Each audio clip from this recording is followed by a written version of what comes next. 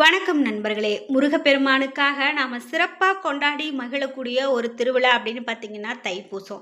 இந்த தைப்பூசம் சஷ்டியெல்லாம் எப்படி 48 நாள் 7 நாள் அப்படின்னு விரதம் இருந்து வழிபாடு செய்கிறாங்களோ, அதே போல தான் தைப்பூசம் பார்த்தீங்கன்னா ரொம்ப சிறப்பு. மக்கள் எல்லாம் விரதம் இருந்து வழிபாடு செய்யக்கூடியதை பார்க்க முடியும். அதில் முக்கியமாக பழனிமலையில் தான் தைப்பூசம் ரொம்ப சிறப்பாக நடக்கும். அந்த பழனிமலைக்கு லட்சக்கணக்கான பக்தர்கள் வந்து கலந்து கொள்ளக்கூடிய ஒரு திருவிழா அப்படின்னா அது தைப்பூசம் தான். இந்த தைப்பூச நாளில் முக்கியமாக வானில் காட்சி கொடுத்த முருகன் அப்படின்னு சொல்லியிருக்காங்க. வானத்தில் முருகன் காட்சி கொடுத்தாரா அப்படின்னு நீங்கள் யோசிக்கலாம். அதாவது சூரிய பகவான் அன்றைக்கு காட்சி கொடுத்தது, அதாவது தைப்பூசத்தில் சூரியனை கண்டு மக்கள் வணங்கி இருக்காங்க. தைப்பூசம் அன்று நிலவு மறையாமல் இருக்கக்கூடிய நேரத்திலேயே சூரியன் வந்து காட்சி கொடுப்பாரு. அப்போது கடவுளே வந்து அதில் முக்கியமாக முருகப்பெருமானே வந்து காட்சி கொடுத்தார் அப்படின்னு சொல்லி சூரியனை அனைத்து பக்தர்களும் சேர்ந்து வழிபாடு செய்திருக்காங்க. இந்த நிகழ்வு ரொம்ப சிறப்பாக நடந்திருக்கு. முக்கியமாக பழனிக்கு பாத யாத்திரையாக வரக்கூடிய பக்தர்கள், காவடி எடுத்து வரக்கூடிய பக்தர்கள் அப்படின்னு ஏராளமான பேர் வந்திருக்காங்க. இதை பற்றி மேலும் நம்ம வீடியோவில் நிறைய தகவல்களை பார்த்து தெரிஞ்சுக்கலாம். வீடியோவை பார்க்கக்கூடிய நீங்கள் அறுபடை வீடுகளுக்கு போயிருக்கீங்களா? நீங்கள் போகாத படை வீடு என்ன அப்படிங்கிற உங்களுடைய கருத்துக்களை கமெண்ட் பாக்ஸில் பதிவிடுங்க.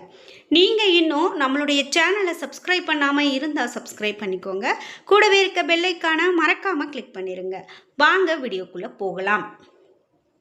இந்த வீடியோ பார்த்துட்டு இருக்கக்கூடிய உங்களுக்கு கருங்காலி மாலை வாங்கணும் அப்படின்னு நினச்சிங்கன்னா இந்த வீடியோவுக்கு கீழே டிஸ்கிரிப்ஷன் தொலைபேசி எண் கொடுத்துருக்கேன். அந்த எண்ணுக்கு தொடர்பு கொண்டு பேசி பாருங்கள். ஒரிஜினலான கருங்காலி மாலை, கருங்காலி மோதிரம், பிரேஸ்லெட், வெள்ளியால் கோர்க்கப்பட்டது, செம்பால் கோர்க்கப்பட்டது அப்படின்னா அனைத்து விதமான கருங்காலியும் நம்மக்கிட்ட கிடைக்கும்.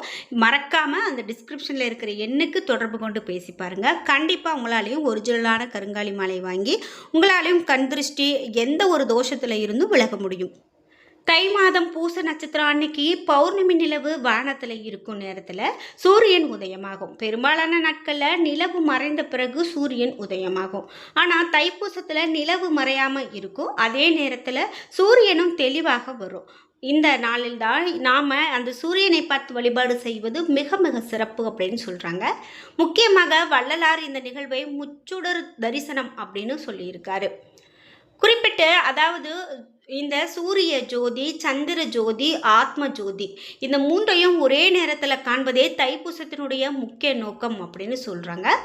இந்த மூன்றையும் ஒரே நேர்கோட்டில் கண்டு இந்த இறைவனுடைய அருளை பெற வேண்டும் அப்படிங்கிறதுக்காகத்தான் வடலூரில் ஜோதி தரிசனத்தை உருவாக்கி இருக்கிறாங்க அப்படின்னு சொல்லப்படுது. இதனால் இந்த தைப்பூசத்தில் அந்த ஜோதி தரிசனம், இந்த சூரியனுடைய வழிபாடு அப்படின்னு பார்க்கும்போது நம்ம கடவுளை பார்த்து வழிபாடு செய்ததற்கு சமம் அப்படின்னு சொல்கிறாங்க.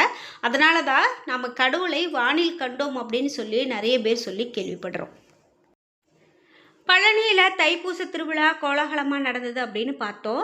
இதையொட்டி மலையில் நடந்த தேரோட்டத்தில் லட்சக்கணக்கான பக்தர்கள் கலந்து கொண்டாங்க. முருகப்பெருமானுடைய 3ஆம் படை வீடான பழனி தண்டாயுதபாணி சுவாமி கோவிலில் தைப்பூச திருவிழா ஜனவரி 26ஆம் தேதி கொடியேற்றத்தோடு துவங்கியது.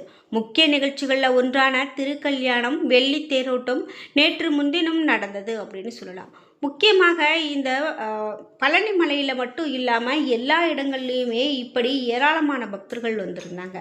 தொடர்ந்து முத்திரை நிகழ்ச்சியான தைப்பூச தேரோட்டம் மாலை 4 மணிக்கு கோலாகலமாக நடந்தது. இதையொட்டி வள்ளி தெய்வானை சமேதராக முத்துக்குமார சுவாமிக்கு சிறப்பு அலங்காரங்கள் செய்யப்பட்டது, பூஜைகள் நடக்கப்பட்டது. கிழக்கு ரத வீதியில் இருக்கக்கூடிய பெரியநாயகி அம்மன் கோவிலில் முன்பிருந்து விநாயகர், வீரபாகு தனித்தனி தேர்களில் ரத வீதிகளில் உலா வந்தாங்க. கோவில் யானை கஸ்தூரி பின்தொடர பக்தர்கள் விண்ணை பிளக்கும் அளவிற்கு அரோகரா அரோகரா என்று கோஷம் முழங்க தைப்பூச தேர் ரத வீதிகளில் உலா வரக்கூடிய நிகழ்ச்சி நடந்திருக்கு. தொடர்ந்து தேர் நிலைக்கு வந்தவுடன் தந்த பல்லக்கில் தேர்கால் பார்த்தல் நடந்தது.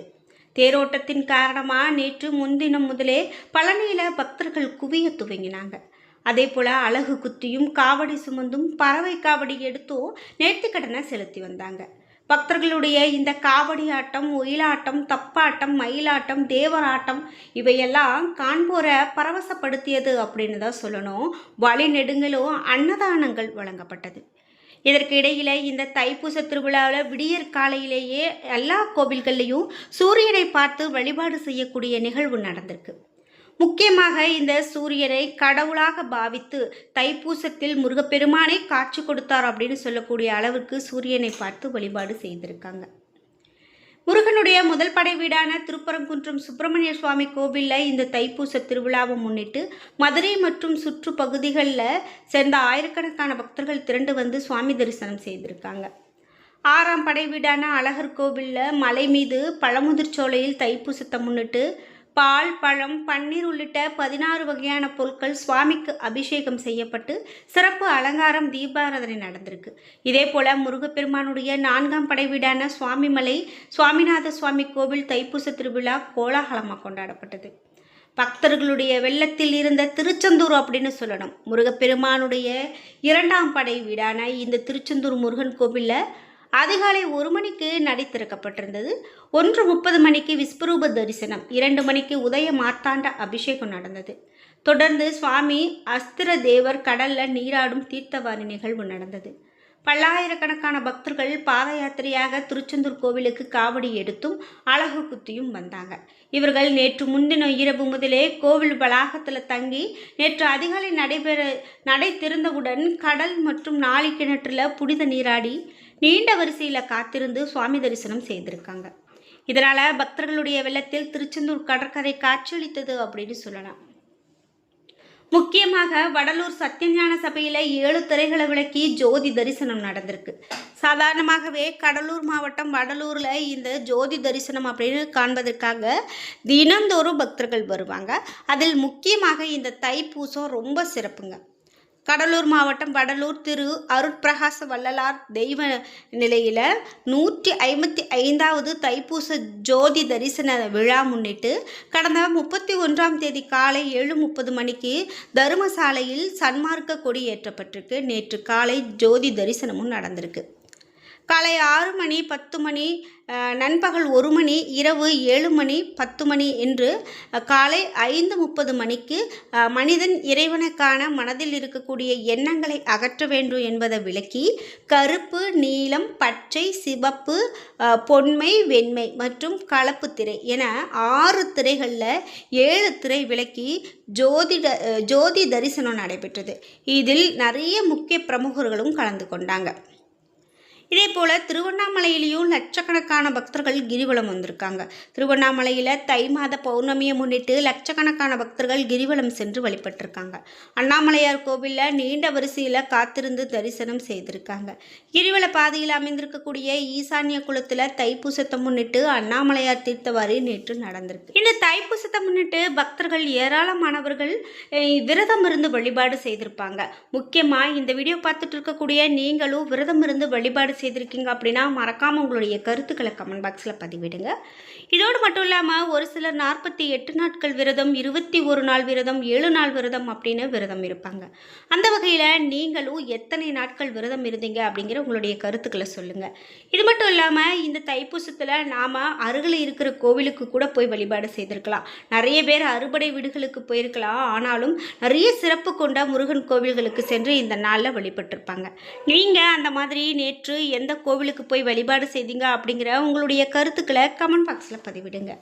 முருகப்பெருமானுடைய அருளை பெறுவதற்கு எத்தனையோ நாட்கள் இருந்தாலும் இந்த தைப்பூச திருவிழா அப்படின்னு பார்த்தீங்கன்னா ரொம்ப சிறப்பானது அப்படின்னு சொல்லலாம். முக்கியமாக இந்த நாளில் நம்ம வழிபாடு செய்யும்போது நமக்கு கிடைக்கக்கூடிய அனைத்து வளங்களும் நலன்களும் கிடைக்கும் அப்படின்னு சொல்லலாம். முக்கியமாக பழனிக்கு வரக்கூடிய பக்தர்கள் சண்முக நதியில் நீராடி பெருவுடையார் கோவிலுக்கு சென்று அங்கு இருக்கக்கூடிய ஈசனை வழிபடுறது சிறப்பு. பிறகு ஊர் தெய்வமான பெரியநாயகி அம்மனை வணங்கி மற்றொரு ஆதி கோவிலான திரு ஆவினன்குடி முருகனை வணங்குவது சிறப்பு. பிறகு மலை அடிவாரம் சுற்றி மலை ஏறி தண்டாயுதபாணி சுவாமியை தரிசனம் செய்வதே சரியான முறை. இந்த முறையில் ஏராளமான பக்தர்கள் வழிபாடு செய்திருக்காங்க. என்ன நண்பர்களே, இன்னைக்கு வீடியோவில் பழனியில் நடந்த இந்த தைப்பூச திருவிழாவை மட்டும் இல்லாமல் ஜோதி தரிசனத்தை பற்றியும் நிறைய தகவல்கள் தெரிஞ்சுக்கிட்டோம். வீடியோ பிடிச்சிருந்தா லைக் பண்ணுங்கள், ஷேர் பண்ணுங்கள், கமெண்ட் பண்ணுங்கள். நீங்கள் இன்னும் நம்ம சேனலை சப்ஸ்கிரைப் பண்ணாமல் இருந்தால் சப்ஸ்கிரைப் பண்ணிக்கோங்க. கூடவே இருக்க பெல் ஐக்கானை மறக்காமல் கிளிக் பண்ணிடுங்க. நன்றி வியூவர்ஸ்.